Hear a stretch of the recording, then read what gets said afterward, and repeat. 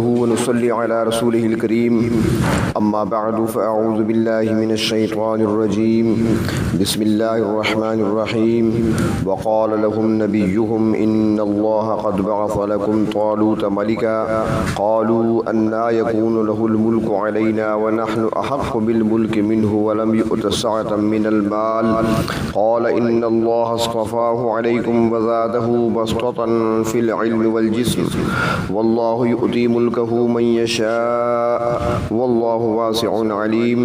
وقال لهم نبيهم إن آية ملكه أن يأتيكم التابوت فيه سكينة من ربكم وبقية مما ترك آل موسى وآل هارون تحمله الملائكة إن في ذلك لآية لكم إن كنتم مؤمنين صدق الله مولانا العظيم مولاي صل وسلم دائما ابدا على حبیبک خیر الخلق کلہم۔ آج درس نمبر 155 اور سورۃ البقرہ کی آیت نمبر 246 247 اور 248 ہیں، دو آیات۔ کل کے درس میں عرض کیا تھا کہ حضرت موسیٰ علیہ السلام کے بعد جب بنی اسرائیل میں بگاڑ پیدا ہوا اور دشمن نے ان کے بہت سے علاقے پر قبضہ کر لیا، ان کے بچوں کو غلام اور عورتوں کو لونڈیا بنا لیا، تو انہوں نے اس وقت جو اللہ کے نبی موجود تھے اور بوڑھے ہو چکے تھے، حضرت شموئیل علیہ السلام سے عرض کیا کہ ہمارے لیے کوئی بادشاہ مقرر کر دیں جس کی سرکردگی میں ہم دشمن سے جنگ کر کے اپنے کھوئے ہوئے علاقے واپس لے سکیں اور اپنے گھروں کو ہم لوٹ سکیں، اور ہمارے جن مردوں عورتوں کو دشمن نے غلام بنا رکھا ہے ان کو غلامی سے نجات دلا سکیں۔ اس وقت کے نبی حضرت شموئیل علیہ السلام نے فرمایا کہ ایسا نہ ہو کہ پھر وعدے سے پھر جاؤ، تو انہوں نے کہا ایسا وعدہ ہم نہیں کر رہے، ہم وعدہ جو کیا ہے اس کو نبھائیں گے، وعدے سے پھریں گے نہیں، آپ ہمارے لیے امیر مقرر کر دیجئے۔ تو چنانچہ حضرت شموئیل علیہ السلام کی دعا سے ان کے لیے اللہ رب العزت نے ایک امیر مقرر فرما دیا۔ یہ تقریباً حضرت عیسیٰ علیہ السلام کی بعثت سے 1000 سال پہلے کا زمانہ تھا۔ اب بادشاہ کی تقرری کا اعلان کیسے ہوا اور کس کو بادشاہ مقرر کیا گیا، تو اس سلسلے میں مفسرین حضرات لکھتے ہیں، تفسیر معالم العرفان میں اس کی تفصیل ہے۔ وہ فرماتے ہیں کہ حضرت یوسف علیہ السلام کے چھوٹے بھائی بنیامین کی اولاد میں سے ایک نوجوان تھا جس کا نام طالوت تھا۔ یہ خاندان نسبتاً باقی خاندانوں کی نسبت چھوٹا خاندان سمجھا جاتا تھا۔ حضرت شموئیل علیہ السلام نے اللہ کے حکم سے اسے بنی اسرائیل کا بادشاہ مقرر فرمایا۔ خود طالوت کپڑے رنگنے کا کام کرتا تھا اور بعض کہتے ہیں کہ وہ تیلی تھا۔ اس کی عمر اس وقت 30 سال کے قریب تھی۔ یہ سب لوگ جب اللہ کے نبی حضرت شموئیل علیہ السلام کے پاس جمع تھے اور ان سے سوال و جواب کر رہے تھے، اس وقت طالوت کے والد کا گدھا گم ہو گیا تھا اور وہ تلاش کرتا ہوا اس طرف جا نکلا جہاں بنی اسرائیل کے لوگ جمع تھے۔ چنانچہ طالوت بھی لوگوں کو اکٹھے دیکھ کر وہ بھی ان کے قریب پہنچ گیا۔ دوسری طرف اللہ رب العزت کے نبی کو وحی کے ذریعے خبر دی جا چکی تھی کہ بنی اسرائیل کا بادشاہ ایسے شخص کو مقرر کیا جائے جس کا قد نبی کے پاس موجود لاٹھی کے برابر ہو، یعنی اس وقت جو حضرت شموئیل کے پاس لاٹھی تھی یا ان کا عصا تھا اس کے برابر اس کی قد ہو۔ نیز یہ بتا دیا کہ وہ آدمی آ رہا ہے، اور اس کے پہنچنے پر ایک دوسری نشانی یہ ہے کہ اللہ کے نبی کے پاس جو خوشبودار تیل والی شیشی ہے اس تیل میں جوش پیدا ہوگا، تو لہٰذا جس شخص پر یہ نشانیاں صادق آ جائیں اسے امیر مقرر کر لیا جائے۔ جب وہ نوجوان 30 سالہ نوجوان طالوت اس مجمع میں پہنچا تو تیل کی شیشی میں جوش پیدا ہوا، اور پھر اس کا جب قد ماپا گیا تو وہ لاٹھی کے برابر نکلا۔ چنانچہ اللہ کے نبی نے طالوت کو بادشاہ یا امیر مقرر کر دیا، لیکن بنی اسرائیل نے اسے اپنا امیر تسلیم کرنے سے انکار کر دیا۔ اسی کا تذکرہ فرمایا یہاں پر، ارشاد ہوتا ہے وقال لهم نبیہم، ان کے نبی نے بنی اسرائیل سے کہا ان اللہ قد بعث لكم طالوت ملکا، بے شک اللہ تعالیٰ نے تمہارے لیے طالوت کو بادشاہ مقرر کیا ہے، لہذا تم اس کی سرکردگی میں اپنی تنظیم قائم کرو اور پھر دشمن سے جہاد کرو۔ مگر اس قوم کے آسودہ حال لوگوں کو طالوت کا انتخاب پسند نہ آیا، وہ کہنے لگے قالوا انا یکون له الملک علینا، طالوت ہمارا بادشاہ کیسے ہو سکتا ہے، وہ تو غریب اور کمزور حیثیت کا مالک ہے، وہ ہمارا بادشاہ بننے کا اہل نہیں ہے، ونحن احق بالملک منہ، اس سے زیادہ بادشاہ بننے کا حق تو ہمارا ہے، ولم یؤت سعۃ من المال، ان کے پاس تو مال بھی نہیں ہے، وہ ہمارا سردار یا امیر بننے کے قابل نہیں ہے اور مالک نہیں ہے۔ ان کے نزدیک سب کچھ مال و دولت اور ظاہری شان و شوکت یہ بڑی چیزیں سمجھی جاتی تھیں۔ اللہ رب العزت نے جتنے انبیاء علیہ السلام کو دنیا میں بھیجا، تقریباً ہر نبی پر جو اس زمانے کے آسودہ حال لوگ ہوتے تھے ان کا یہی اعتراض ہوتا تھا، اور وہ یہی بات کیا کرتے تھے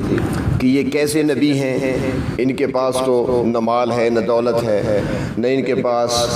اچھا مکان ہے، نہ ان کے پاس جائیداد اور زمینیں ہیں، نہ ان کے پاس باغات ہیں، تو یہ کیسے نبی بن سکتے ہیں۔ تو اس وقت بھی انہوں نے یہی کہا، تو وقت کے نبی نے ان کو سمجھایا کہ مال و دولت یا اعلیٰ خاندان کا ہونا ہی امارت کے لیے کافی نہیں، بلکہ اس کام کے لیے اللہ رب العزت کے ہاں کچھ اور اصول مقرر ہیں جن کی بنا پر کسی شخص کو امارت کے عہدے پر فائز کیا جاتا ہے۔ سب سے پہلی بات جو پیغمبر نے کہی، قال ان اللہ اصطفاہ علیکم، کہ اس شخص کو اللہ تعالیٰ نے منتخب فرمایا ہے۔ جب اللہ کا انتخاب ہے تو اس کے اندر اب اختلاف کی کوئی گنجائش باقی نہیں رہنی چاہیے۔ دوسری بات یہ ہے کہ وزادہ بسطۃ فی العلم والجسم، اللہ رب العزت نے اسے علم اور جسم میں وسعت دی ہے، یعنی اس کے اندر خوبی ہے کہ وہ علم میں بھی تم سے زیادہ ہے اور جسمانی طاقت کے لحاظ سے بھی تم سے زیادہ قوی ہے۔ لیکن یہ بات یہاں پر یاد رکھنے کے لیے ضروری ہے کہ یہاں پر علم سے مراد سیاسی علم ہے، یعنی نظام حکومت چلانے کی صلاحیت ہے۔ جہاں تک دینی علم کا تعلق ہے وہ تو اللہ کے نبی ان کے پاس موجود تھے، اور نبی سے زیادہ علم کس کے پاس ہو سکتا ہے۔ تاہم اللہ رب العزت نے سیاسی علم طالوت کو عطا کیا تھا۔ امیر کے لیے جسمانی طور پر صحت مند ہونا، مضبوط جسم کا ہونا یہ بھی ضروری ہے، کیونکہ غیر صحت مند یا بیمار اور لاغر شخص نظام حکومت کو اچھے طریقے سے نہ چلا سکتا ہے نہ اس کی فرائض انجام دے سکتا ہے۔ اور طالوت 30 سال کا خوبصورت مضبوط جسم کا مالک نوجوان تھا، قد آور اور صحت مند تھا۔ اللہ رب العزت نے اسے اس کام کے لیے منتخب فرمایا،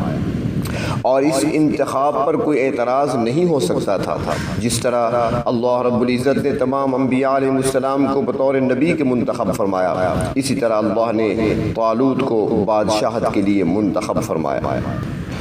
اور اسی اللہ رب العزت نے باقی لوگوں پر طالوت کو ترجیح دے کر ان پر بادشاہ مقرر فرمایا، کیونکہ حکومت و سیادت کے لیے فہم و تدبر اور قائدانہ صفات کی ضرورت ہوتی ہے، اور جو پوری پائی جاتی تھیں طالوت کے اندر۔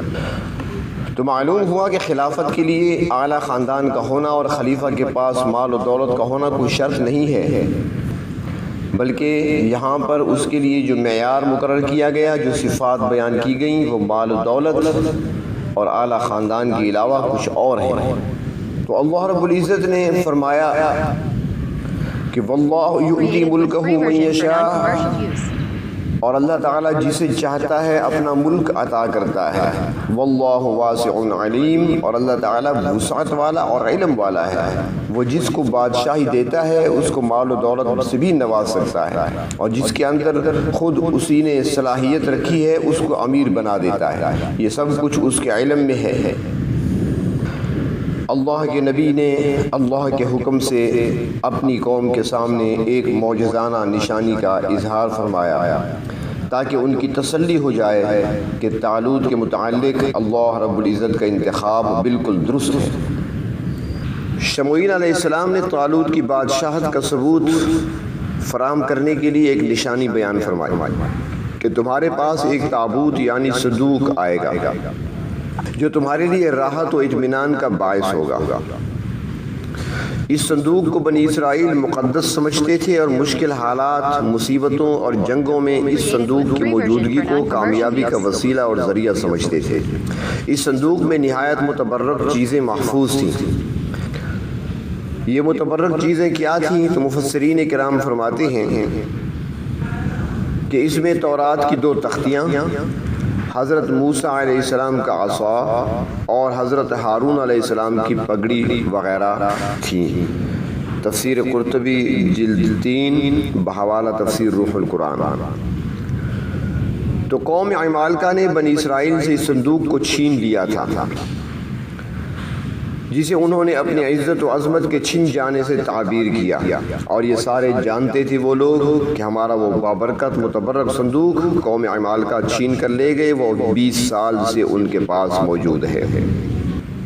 لیکن وہ اس صندوق کو ان سے واپس لینے کی قدرت نہ رکھتے تھے۔ حضرت شموئیل علیہ السلام نے طالوت کے اللہ تعالیٰ کی طرف سے بادشاہ مقرر ہونے کی یہ نشانی بیان فرمائی کہ ان کی بادشاہی میں وہ تابوت فرشتوں کی مدد سے تمہیں حاصل ہوگا۔ تو وہ تابوت اب کہاں ہے؟ اس کے بارے میں مختلف روایات ہیں۔ ایک روایت یہ بھی ہے، تفسیر معالم العرفان میں ہے کہ حضرت سلیمان علیہ السلام کے زمانے تک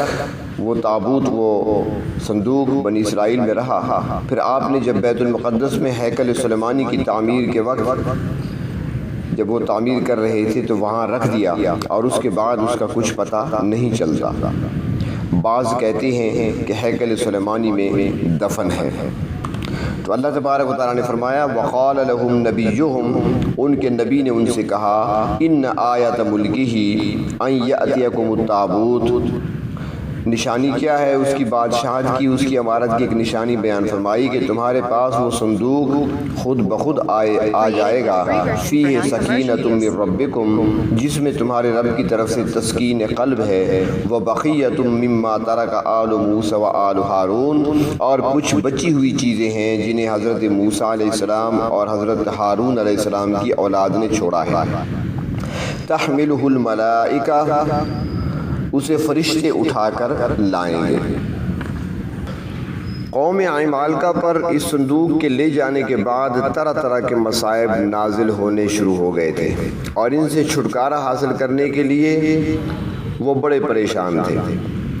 کیونکہ 20 سال تک یہ صندوق ان کے پاس رہا، اور جس بستی میں اس صندوق کو رکھتے تھے وہاں پر وبا پھوٹ پڑتی اور وہ بستی تباہ ہو جاتی تھی۔ اس طرح 5 بستیاں تباہ ہو چکی تھی ان کی۔ تو وہ لوگ پریشان تھے کہ کس طرح اس صندوق سے چھٹکارا حاصل کریں، تو لہٰذا انہوں نے ایک طریقہ ڈھونڈ نکالا، اور وہ یہ تھا کہ صندوق کو انہوں نے ایک بیل گاڑی پر رکھ کر اس بیل گاڑی کو سڑک پر راستے پر چھوڑ دیا۔ چنانچہ وہ بیل گاڑی پر صندوق رکھا ہوا بیل گاڑی کو کھینچ کر لے جا رہے ہیں، تو وہ بیل گاڑی چلتے چلتے چلتے طالوت کے دروازے پر پہنچ گئے، اور اس طرح صندوق ان کے پاس آ گیا۔ حضرت شاہ ولی اللہ رحمۃ اللہ علیہ فرماتے ہیں کہ یہ صندوق اگرچہ بظاہر بیل گاڑی پر آیا تھا، مگر اللہ کے حکم کے مطابق اسے فرشتے لائے تھے جو عام لوگوں کو نظر نہیں آتے تھے۔ انہوں نے ہی بیلوں کو طالوت کے دروازے پر لا کھڑا کیا تھا، کیونکہ اللہ تبارک و تعالیٰ نے بھی یہی فرمایا تحملہ الملائکہ، اسے فرشتے اٹھا کر لائیں گے۔ حضرت شموئیل علیہ السلام نے جو پیشن گوئی فرمائی تھی وہ پوری ہو گئی، اور تابوت حیرت انگیز طریقے پر واپس ہوا اور طالوت کی بادشاہی پر ایک دلیل بن گیا۔ فرمایا ان فی ذلک لآیۃ لکم، اس میں تمہارے لیے نشانیاں ہیں۔ ان کنتم مؤمنین، اگر تمہیں یقین و ایمان ہے، یعنی ان نشانیوں کو دیکھ کر بنی اسرائیل طالوت کے بادشاہ مقرر ہونے پر مطمئن ہو گئے، چنانچہ قوم نے ان کی سرکردگی میں جہاد کرنے کا عزم بھی کر لیا۔ اب اللہ رب العزت کا نبی حضرت شموئیل علیہ السلام بھی موجود تھے اور طالوت بادشاہ بھی موجود تھا، چنانچہ وہ دشمن سے جنگ کے لیے نکلے، جس کا ذکر ابھی آ رہا ہے اگلے درس میں۔ اللہ تبارک و تعالی قرآن حکیم کی صحیح سمجھ اور اس پر عمل کرنے کی توفیق نصیب فرمائے۔ وآخر دعوانا ان الحمد للہ رب العالمین۔